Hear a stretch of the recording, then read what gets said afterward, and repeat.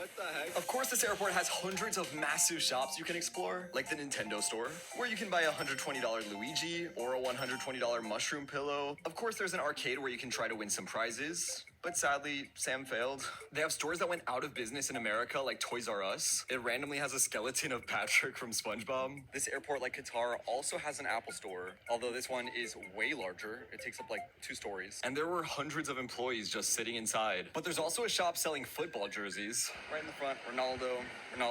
The jerseys cost around $100 each, but there are tons of options. And they even have super expensive trading cards. So these cards are $900. The middle one, yes. There's a store in the airport that only sells super fancy massage chairs. What in the world? Like this $100 pillow that moves, this crazy looking headset, eye massager. I've never heard of an eye massager in my life. And this main throne, it costs $10,000. They have one of the best Starbucks in the world with robot workers that'll bring you your coffee.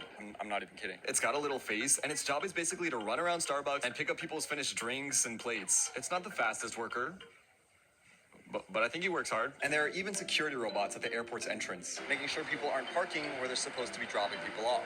Hey. It basically just watches cars that are dropping people off to make sure they don't park for too long. If you take too long, it starts to sound the alarm, and then it slowly starts a countdown timer. What happens if it gets to 0?